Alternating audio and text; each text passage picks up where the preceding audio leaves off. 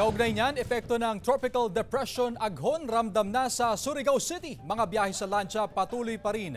Para sa live update, may report si Argil, relator ng GMA Regional TV 1 Mindanao. Argil? Chris, alas 4:45 ng madaling araw nang maramdaman ang sungit ng panahon dito sa Surigao City. Mula sa mahinang pag-ulan, agad naramdaman ang bagsik ni Tropical Depression Aghon dito sa Surigao City nang biglang lumakas ang pagbuhos ng ulan na may kasamang malakas na hangin. Natumba ang istanteng ito sa boulevard ng madala ng malakas na hangin. Saglit ring nawala ng ilaw ang mga poste ng kuryente. Tumaas din ang alon sa dagat.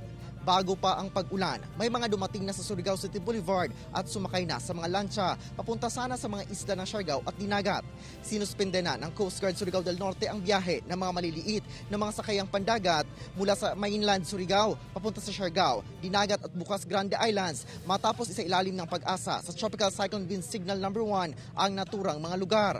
Panakanakang pag-ulan naman ang nararanasan na sa ilang bahagi ng Eastern Visayas ngayong umaga, bunsod ng bagyong Aghon.